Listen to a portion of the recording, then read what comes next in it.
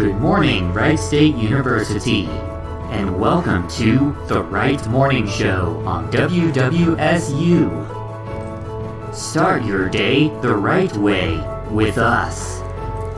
We will be covering current events in the news, local, national, and from Wright State. We will provide a daily dose of inspiration and positivity to lighten your day. And we will have a special feature depending on the day of the week. So grab your tea or your coffee, sit back, relax, and enjoy the Wright Morning Show.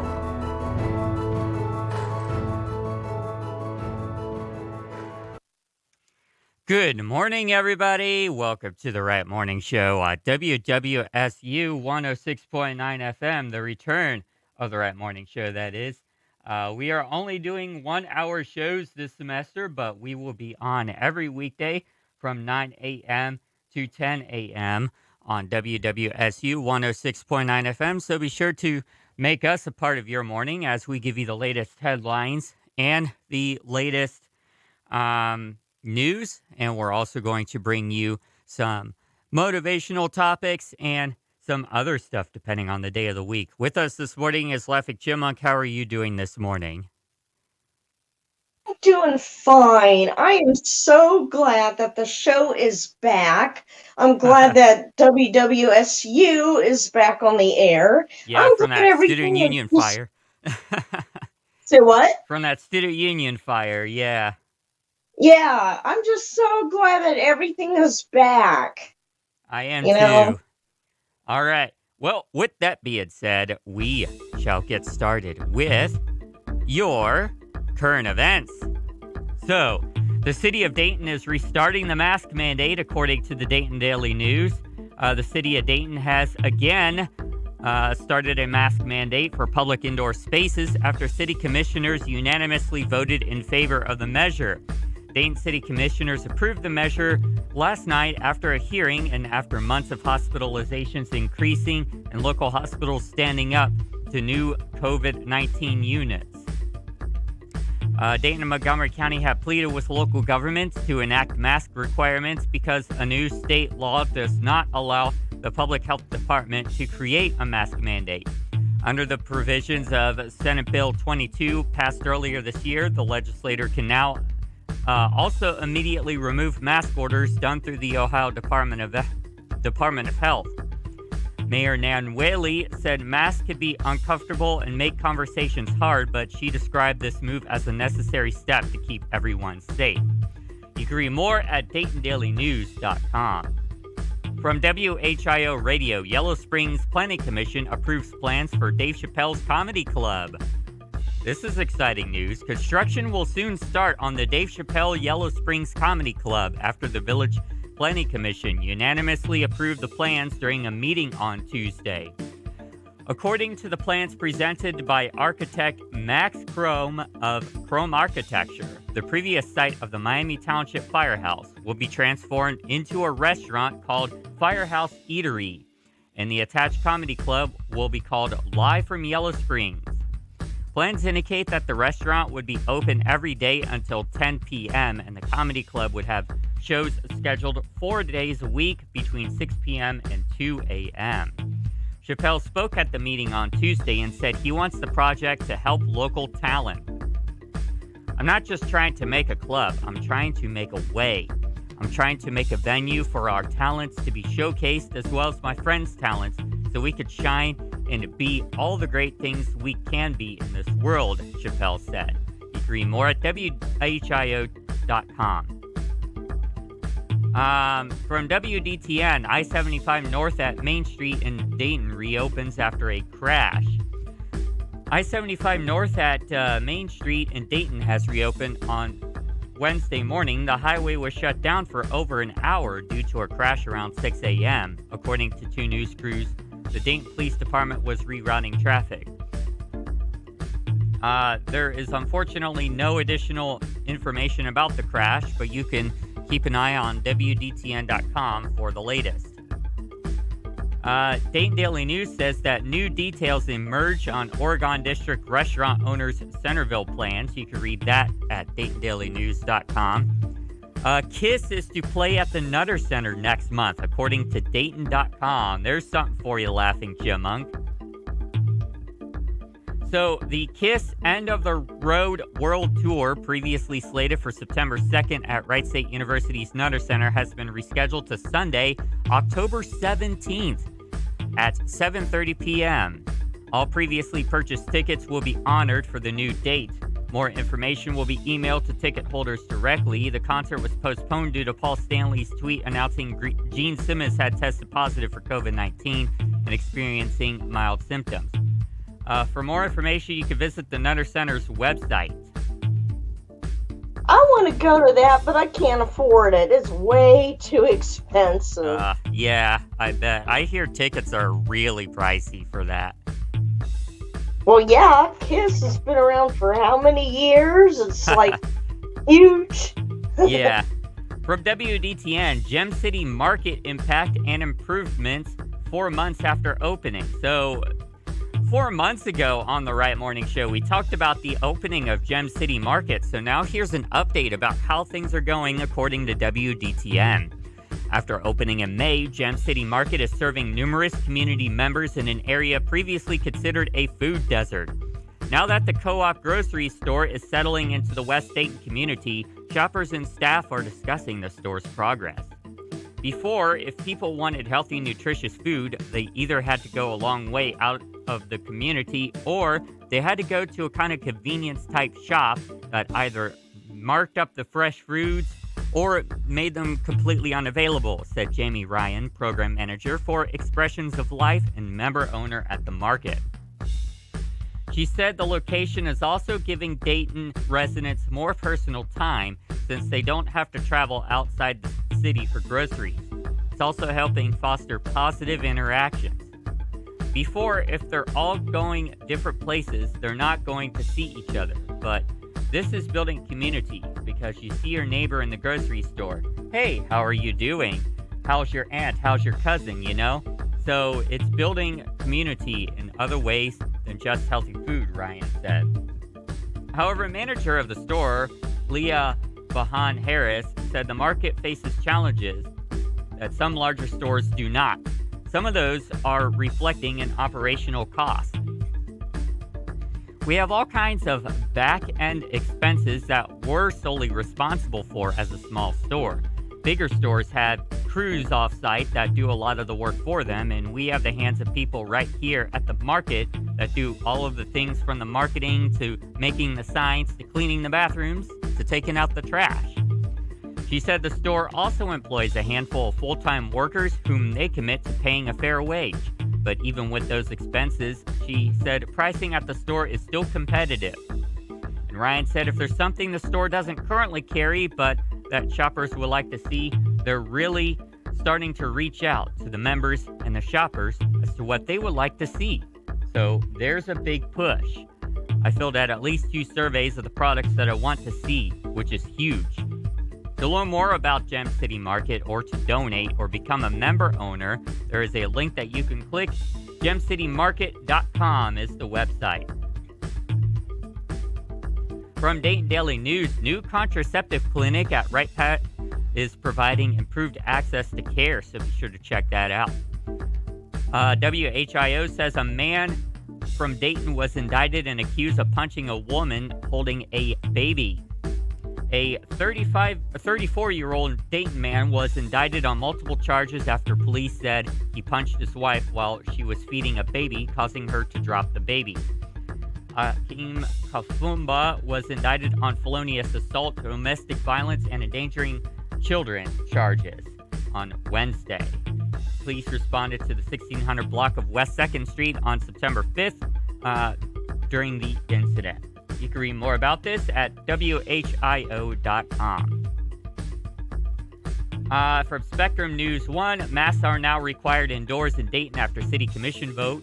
We've already talked about that from Dayton Daily News, but there is also an article from Spectrum News 1 if you want to check that out as well. All right, we're going to go now to Global and national news here, brought to you by Cheddar News Need to Know.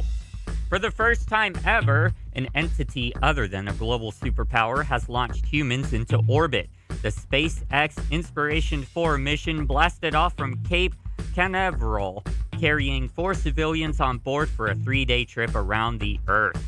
The crew includes Jared Isaacman, the billionaire who is financing the adventure, Haley Arsenax, a 29-year-old physician assistant at St. Jude who becomes the youngest American in space, Dr. Cian Proctor, a college professor who becomes the first black female to pilot a spacecraft, and Chris Zimbrowski, a data engineer who won his ticket in a raffle. The quartet is going farther from Earth than anyone since the Apollo missions. Interesting. From Axios, a pair of top federal Drug Administration scientists are expressing skepticism over the need for COVID vaccine boosters for the general population, arguing in a medical journal that current vaccines have not seen their effectiveness diminish enough to warrant another shot. Making matters more complicated, both Pfizer and Moderna say their own data supports the case for a third dose because of waning efficacy after about 6 months.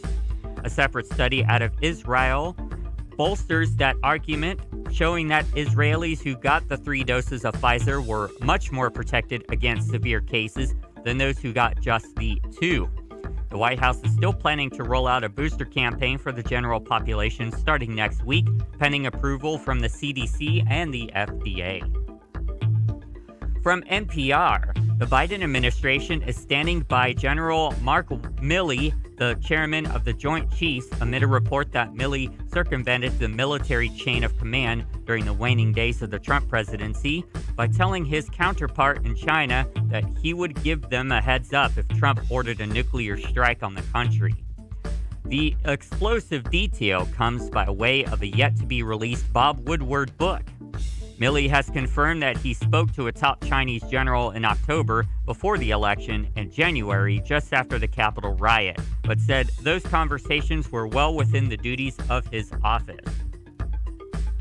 From ESPN, top Olympic gymnasts, including Simone Biles and Michaela Maroney, testified in front of the Senate about the sexual abuse they suffered in the hands of Team USA's former doctor, Larry Nassar. In emotional testimony, Biles blamed the FBI for turning a blind eye to the first reports of Nassar's abuse in 2015. Ali Reisman told senators that it took the Bureau 14 months to contact her after she made her initial report, during which Nassar continued to sexually assault patients.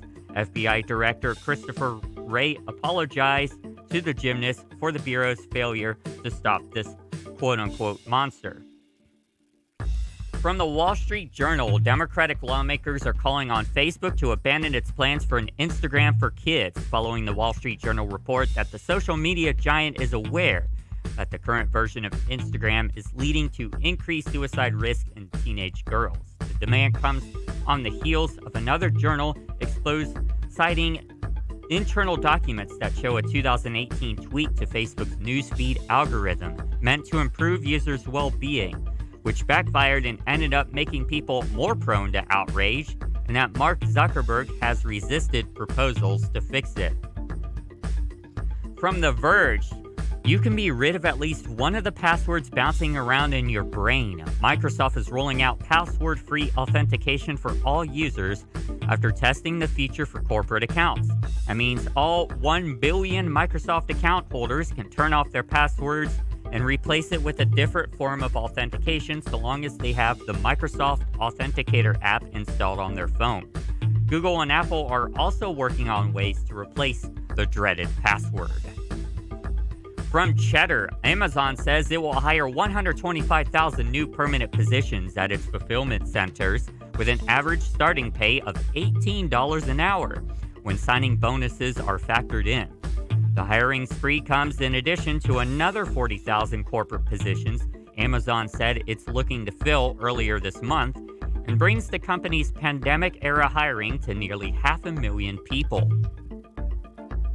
From THR, CBS is going back to the drawing board on an upcoming show called The Activist after widespread criticism that the concept was dystopian and dehumanizing. The original idea had 6 activists competing to draw social media attention to various causes in front of a panel of celebrity judges, including Usher, Priyanka Chopra, and Julianne Hough. After the concept got widely panned in the press and social media, CBS says it will remake the show from a reality series into a docuseries. Yeah, just reading that doesn't sound like a very good concept, if you ask me. Putting activists in front of celebrity judges and competing for social media attention on their causes, that sounds like a recipe for disaster, if you ask me. What do you think, Laughing Chipmunk? I agree with you. Yeah. Activism is not supposed to be about competition like that. That doesn't sit well with me. I'm glad that they're reconsidering that. All right. Yeah. We're going to now go to your weather forecast brought to you by the National Weather Service and also tomorrow.io. But first off, the current weather here at Wright State University, brought to you by tomorrow.io, is clear and 62 degrees. The wind is coming from the east at 4 miles per hour. The humidity is 86%, the dew point 57 degrees, and the visibility is good. The air quality is moderate. The 12-hour forecast shows mostly cloudy skies up until 3 p.m. and then some clearing happening after 3 p.m. Temperatures are going to peak around 79 degrees at 5 p.m., so they're going to approach 70 degrees by noon and then reach the peak of 79 by 5 p.m. before starting to cool off.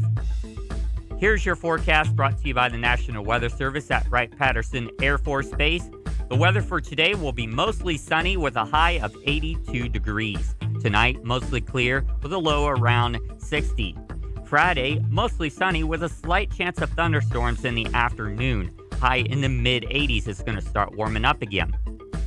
Friday night, a slight chance of showers, otherwise partly cloudy with a low in the mid-60s. Saturday, sunny in the morning with a slight chance of showers developing in the afternoon. High in the mid-80s.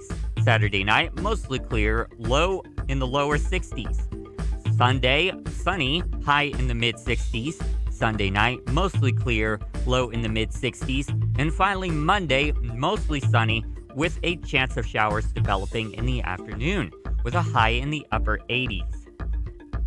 That concludes your current events portion of today's morning show. But stick around because after our break, we're going to get into your daily dose of inspiration. And today's topic is going to be how to honor lost loved ones. And that's going to be from Tiny Buddha. So everybody stick around. You're listening to the Right Morning Show on WWSU 106.9 FM. And now it's time for the Raider Plug. Here are some events.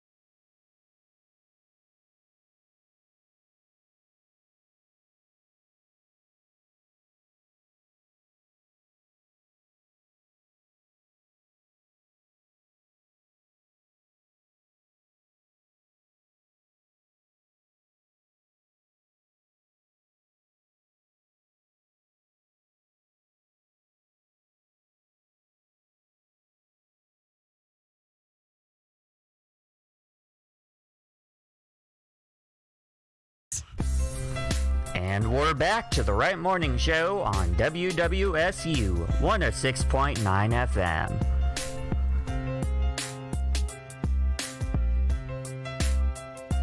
Welcome back to the Right Morning Show on WWSU 106.9 FM. I am joined this morning by Laughing Chipmunk, who is in West Virginia. How are you doing this morning? I'm fine. I'm really enjoying the show. Awesome. You have just gotten back from taking your little kittens to get fixed. How'd that go? Morton and yeah, Mortimer Snurd and Milton Berle. What names? I know. Thanks to Rich, he's the one that named them. Um, yeah, they're 5 months old now, 5.5 months old, and yeah, they went for their little snippy snip procedure this morning. So they said that it should be done. I should be able to pick them up like I don't know, between 1:30 and 2:30. So yeah. Awesome. Hmm. All right, so we're going to get into our daily dose of inspiration, and this is from Tiny Buddha. Our topic today, honoring lost loved ones, how I carry my son's memory into the future. And this is written by Linda Broader. But first, a quote from Maddie Stepanek, if I'm saying that correctly, I'm not sure. Keep all special thoughts and memories for lifetimes to come. Share these keepsakes with others to inspire hope and build from the past, which can bridge to the future. So the article begins. I stood over a pile of my son's t-shirts, scissors in hands, and my breath ragged. I reached for a plain dark blue one that I didn't remember Brandon ever wearing. My fingers trembled. The first cut would be the hardest. I packed away his shirts 8 years ago within weeks after he died. He was only 15, an unbearable loss. I spent days washing and drying and folding his shirts into tiny perfect squares. My daughter Lizzie watched me put them inside my grandmother's wooden hope chest. When you go to college, I'll make you a quilt out of Brandon's shirts, I said, and one for Zach too. I didn't know how to make a quilt. I never sewn more than a straight line before, but I had time. Zach was 13, Lizzie was 10, but the years passed. I walked by the chest every day, and yet I couldn't seem to open it. I was afraid of opening the lid and unleashing the pain hidden inside like a Pandora's box. I wasn't sure if I could ever open it. When it was time for Zach to go to college, neither one of us mentioned it. But now Lizzie was leaving for college in a week, and I had already bought her towels and dorm decorations and twinkling lights to chase away the shadows in her room. But she wanted the one thing I couldn't buy. She wanted to take something of Brendan with her, something more than a collection of photos. There wasn't time to make her a real quilt, but I could piece together blocks of his shirts for a blanket. That would be enough for her. I opened the chest and stared down at the shirts. So many blue ones, I couldn't remember if it was my favorite color or his. He never cared about fashion, only comfort. I picked through the shirts and carried an armful down the stairs. A pajama top fell to the floor. It was gray and red fleece with a penguin applique near the bottom. At 15, he'd long outgrown animals on his clothes, but he still wore the one because it was so soft. I watched him once falling asleep on the couch. As a toddler, he'd rub his fingers through his hair, but now his fingers rubbed across the penguin's belly. I stared down at his shirts, seeing beyond the colors and patterns. I saw the stories of my son. I picked up his button-down shirt with splotches of red on it. I only smelled the woodsy scent of the cedar-lined chest, but I closed my eyes and went back to the day when there was red sauce bubbling on the stove as I fried chicken cutlets in garlicky oil. Brandon snatched a piece of chicken and dipped it into the sauce, dancing away when I shooed at him with a wooden spoon. He never noticed the drops of red falling onto his shirt. I bent over the shirt now and took a deep breath, as if oregano or basil was still there in the air. I unfolded a turquoise shirt, the one he wore on our last beach vacation. I could hear the ocean waves crashing against the sand and see the wind ruffling his hair as he held a giant crab dusted with Old Bay seasoning. He's wearing it in one of our last pictures of him, the one we used for the funeral. I love that he's holding the crab with a smile of anticipation as he waited, savoring the moment. My hand shook as I cut through the penguin top, but the scissor moved through the fabric easily. I reached for another, and then another as I cut the shirts apart until I had 12 squares.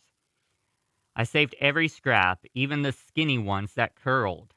I cupped them in my hands, and they spilled over like ribbons of memory.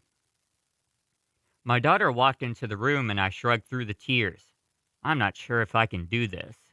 She nodded. It's okay. But it wasn't. I desperately wanted to give her this gift. I imagined her sitting in her dorm room, wrapped in memories while making new ones. His stories lured me back to the table the next day. I arranged the squares on the kitchen counter, moving the blues and grays around. I was still overcome with emotion, but something shifted. Seeing the blocks of fabric shaped into something new filled me with hope. I played with the pieces, moving the penguin around, first next to the flag shirt and then next to the blue striped one he wore for special occasions. I kept moving them around, playing with possibilities until I found the perfect combination. I sewed the pieces together, feeling a wave of excitement as the blanket grew. When I finished it, I smiled and held it up. The blanket was so much more than just a block of memories. I'd taken pieces of the past and transformed them into something new. I smiled, seeing Lizzie in her dorm room snuggling beneath the quilt. I saw her moving into her first apartment, spreading it out on her couch.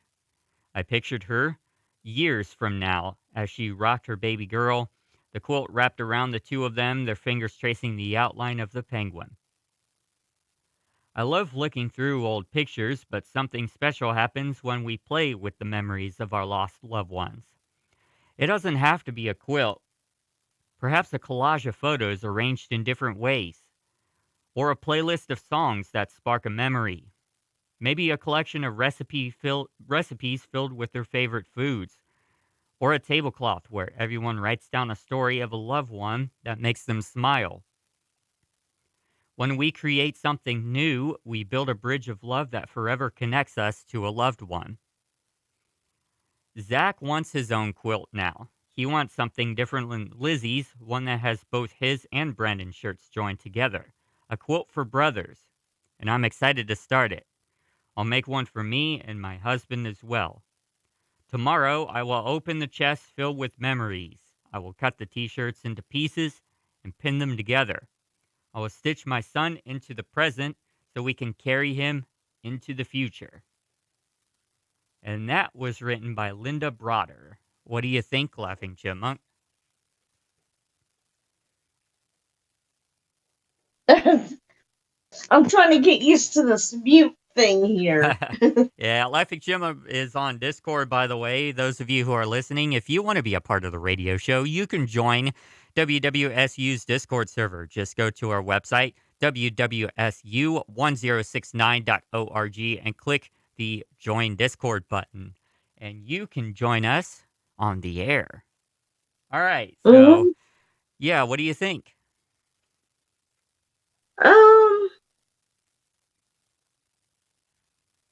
I don't know. My mind was kind of wandering while you were reading, so it's like Thinking about what you need to do for the day? well, yeah, I got the cats on my mind, and vet bill. We're gonna have a lot of vet bills this month, so it's like I'm just having a really hard time concentrating on other things right now. I feel ya. There's a lot going on here, too.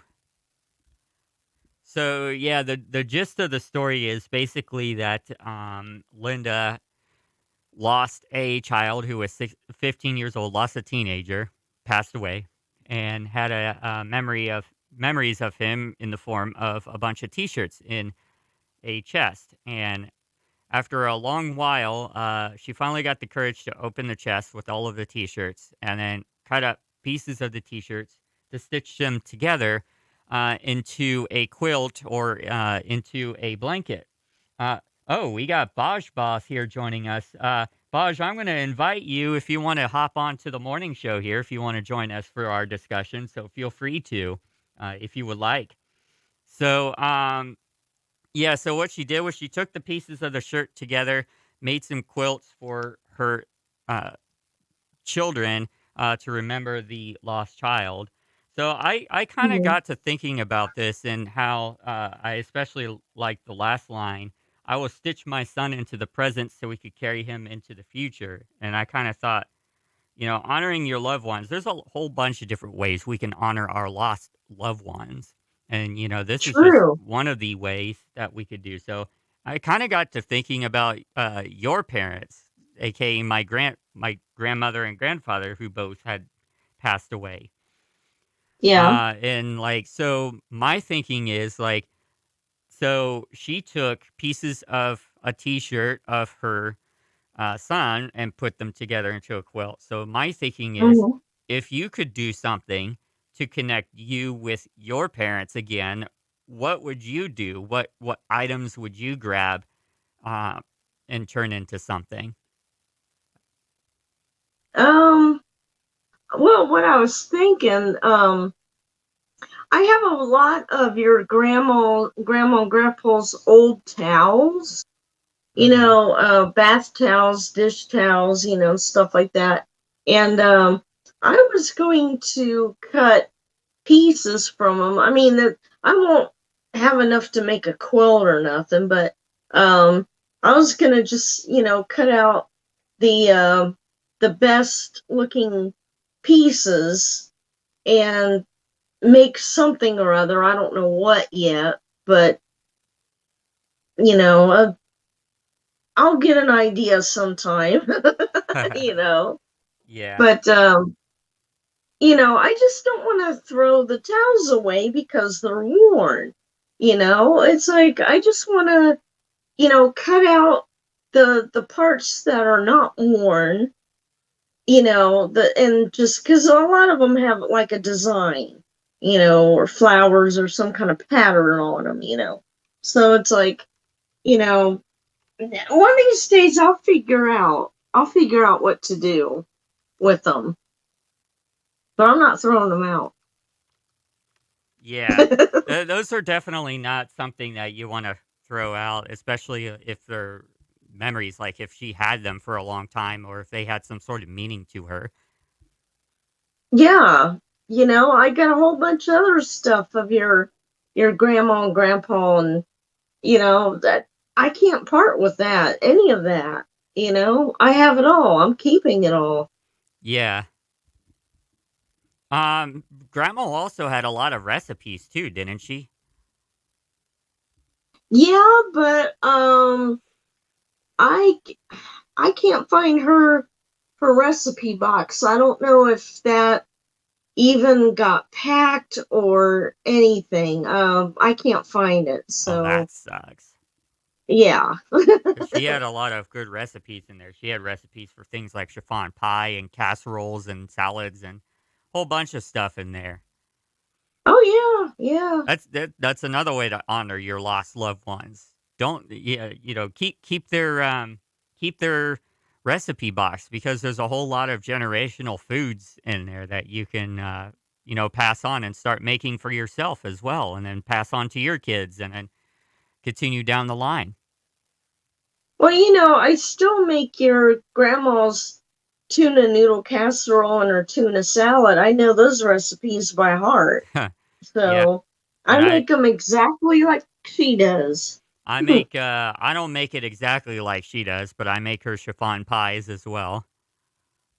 Yours is really close. I mean, it's almost exactly alike.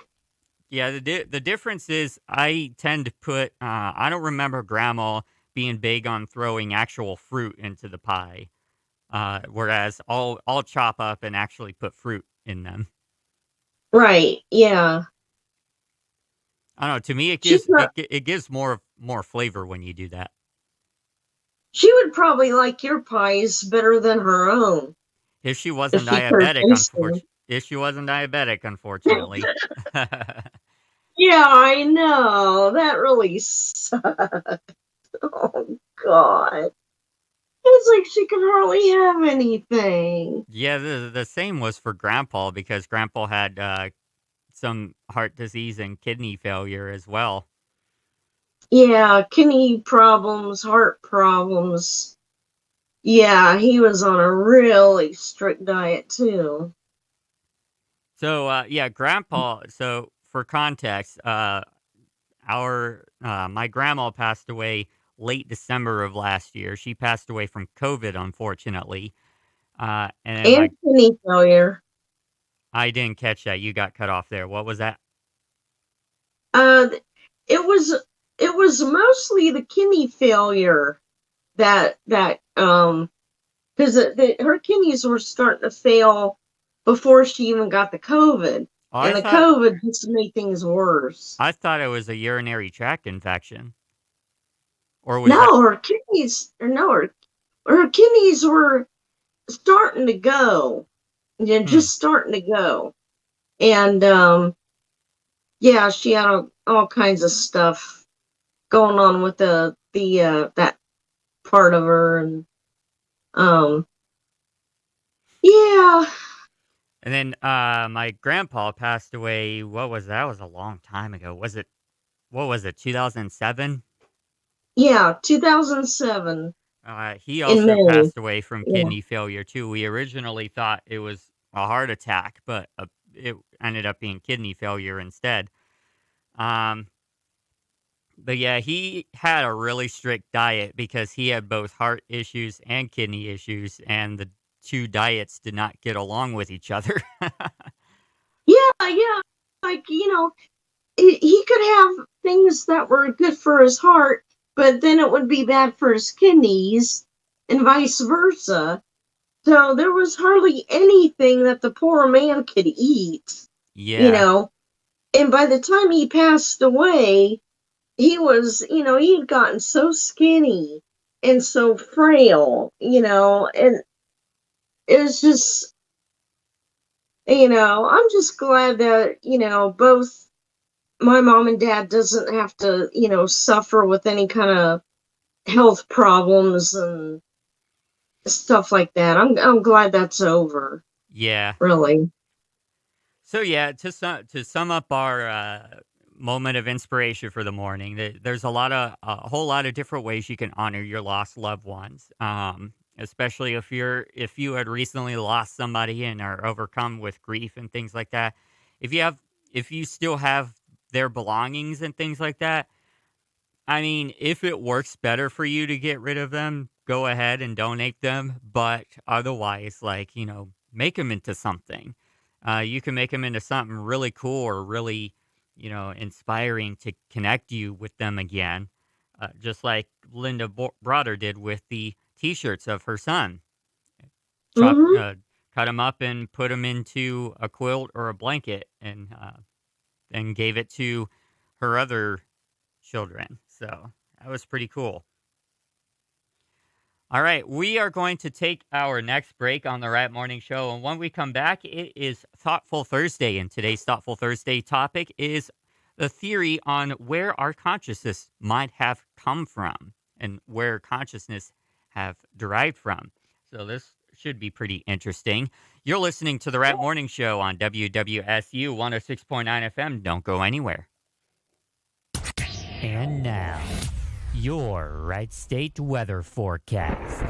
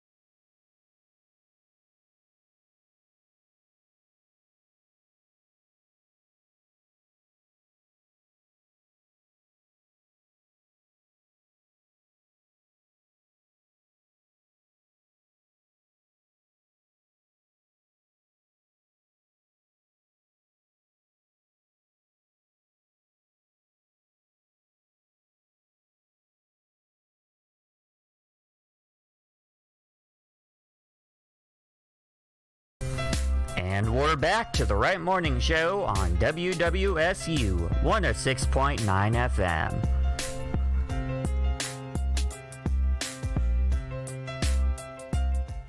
Welcome back to the Wright Morning Show, WWSU 106.9 FM. It is Thoughtful Thursday. So today's topic comes from Pocket, which is getpocket.com.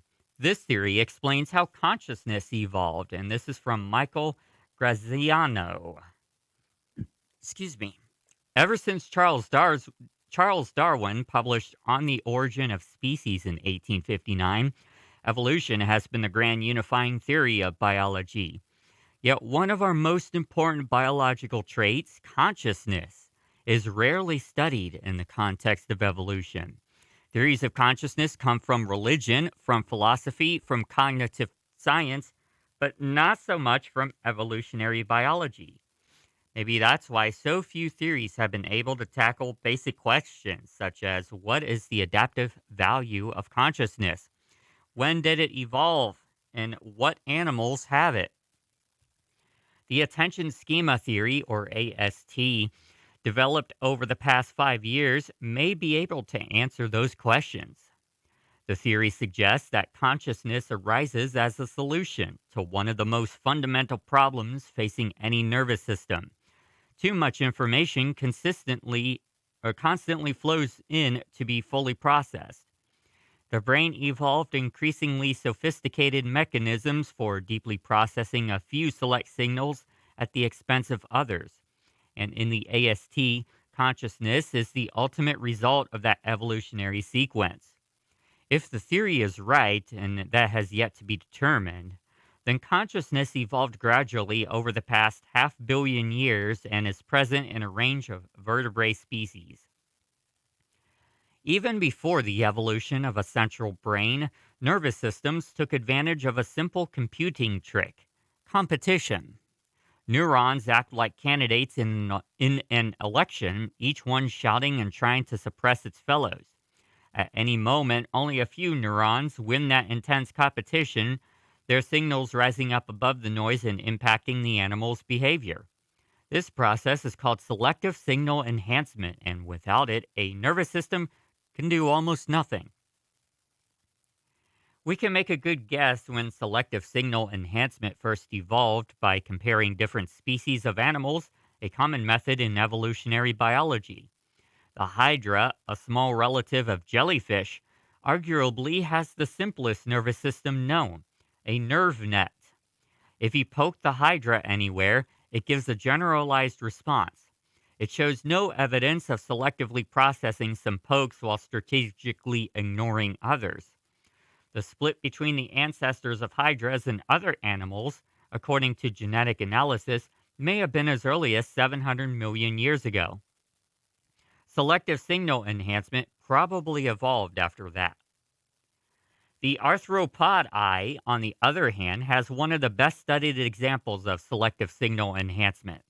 It sharpens the signals related to visual edges and suppresses other visual signals, generating an outline sketch of the world. Selective enhancement, therefore, probably evolved sometime between hydras and arthropods, between about 700 and 600 million years ago, close to the beginning of complex multicellular life. Selective signal enhancement is so primitive that it doesn't even require a central brain. The eye, the network of touch sensors on the body, and the auditory system can each have their own local versions of attention, focusing on a few select signals. The next evolutionary advance was a centralized controller for attention that could coordinate among all senses. In many animals, that central controller is a brain area called the tectum. Tectum means roof in Latin, and it often covers the top of the brain.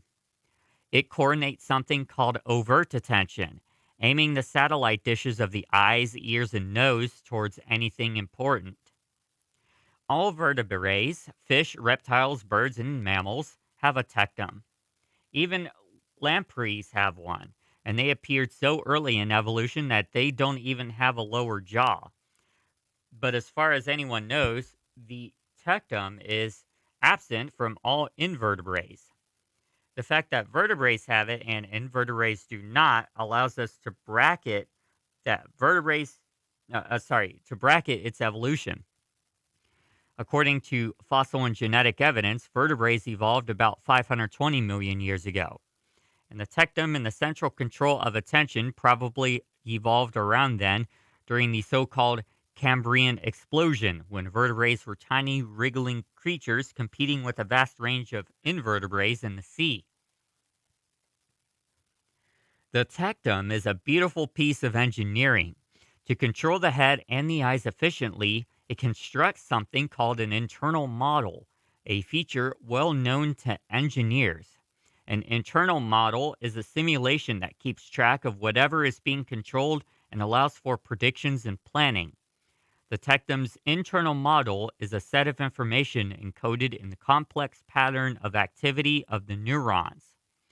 That information simulates the current state of the eyes, head, and other major body parts, making predictions about how these body parts will move next and about the consequences of their movement.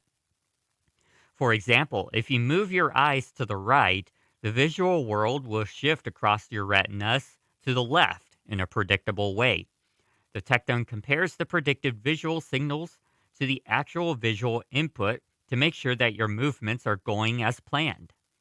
These computations are extraordinarily complex and yet well worth the extra energy for the benefit to movement control. In fish and amphibians, the tectum is the pinnacle of sophistication and the largest part of the brain. A frog has a pretty good simulation of itself. With the evolution of reptiles around 350 to 300 million years ago, a new brain structure began to emerge, the wulst. Birds inherited a wulst from their reptile ancestors. Mammals did too, but our version is usually called the cerebral cortex and has expanded enormously. It is by far the largest structure in the human brain. Sometimes you hear people refer to the reptilian brain as the brute, automatic part that's left over when you strip away the cortex. But that is not correct. The cortex has its origin in the reptilian wulst, and reptiles are probably smarter than we give them credit for. The cortex is like an upgraded tectum. We still have a tectum buried under the cortex, and it performs the same functions as in fish and amphibians. If you hear a sudden sound or see a movement in the corner of your eye, your tectum directs your gaze toward it quickly and accurately. The cortex also takes in sensory signals and coordinates movement, but it has a more flexible repertoire. Depending on context, you might look forward, look away, make a sound, do a dance, or simply store the sensory event in memory in case the information is useful for the future. The most important difference between the cortex and the tectum may be the kind of attention they control. The tectum is the master of overt attention, pointing the sensory apparatus toward anything important. The cortex ups the ante with something called covert attention. You don't need to look directly at something to covertly attend to it. Even if you've turned your back on an object, your cortex can still focus its processing resources on it. Scientists sometimes compare covert attention to a spotlight. The analogy was first suggested by Francis Crick, the geneticist. Your cortex can shift covert attention from the text in front of you to a nearby person, to the sounds in your backyard, to a thought or a memory. Covert attention is the visual movement of deep processing from one item to another.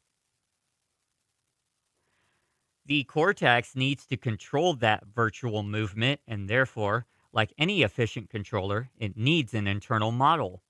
Unlike the tectum, though, which models concrete objects like the eyes and the head, the cortex must model something much more abstract. According to the AST, it does so by constructing an attention schema, a constantly updated set of information that describes what covert attention is doing, moment by moment, and what its consequences are. Consider an unlikely thought experiment.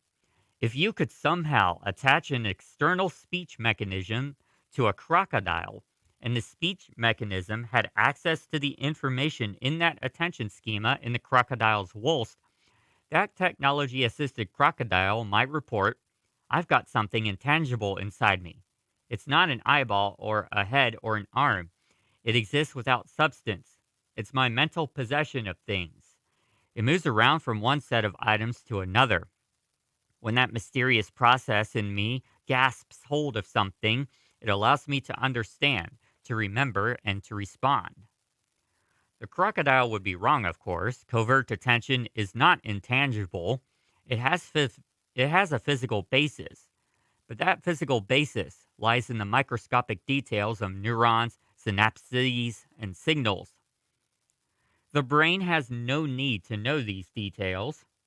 The attention schema is therefore strategically vague. It depicts covert attention in a physically incoherent way as a non-physical essence. And this, according to the theory, is the origin of consciousness. We say we have consciousness because deep in the brain, something quite primitive is computing that semi-magical self-description. Alas, crocodiles can't really talk, but in this theory, they're likely to have at least a simple form of an attention schema. When I think about evolution, I'm reminded of Teddy Roosevelt's famous quote, "Do what you can with what you have where you are." Evolution is the master of that kind of opportunism. Fins become feet, gill arches become jaws, and self-models become models of others.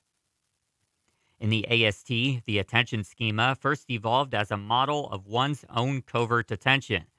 But once the basic mechanism was in place, according to the theory, it was further adapted to model the attentional states of others, to allow for social prediction.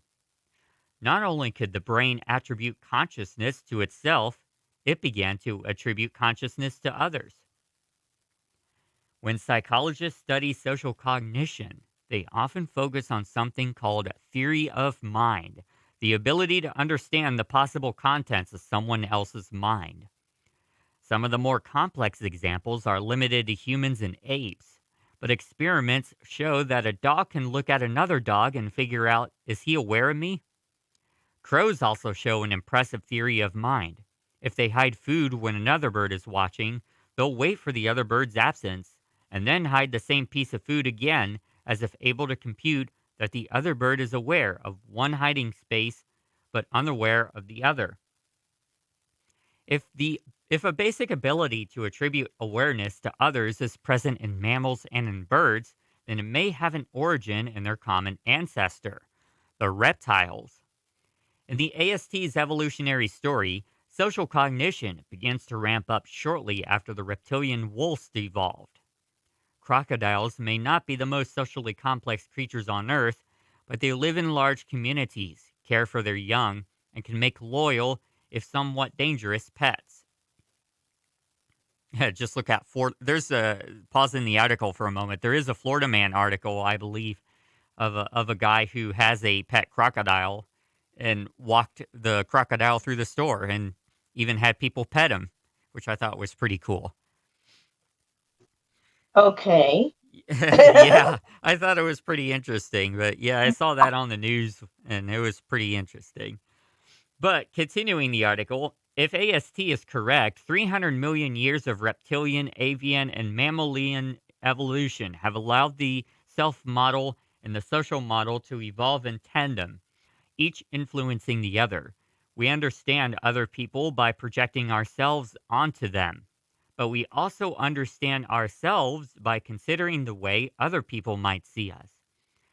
Data from my own lab suggests that the cortical networks in the human brain that allows us to attribute consciousness to others overlap extensively with the frameworks and networks that construct our own sense of consciousness. Language is perhaps the most recent big leap in the evolution of consciousness. Nobody knows when human language first evolved. Certainly we had it by 70,000 years ago when people began to disperse around the world, since all dispersed groups have a sophisticated language. The relationship between language and consciousness is often debated, but we can be sure of at least this much. Once we developed language, we could talk about consciousness and compare notes. We could say out loud, I'm conscious of things. So is she. So is he. So is that damn river that just tried to wipe out my village.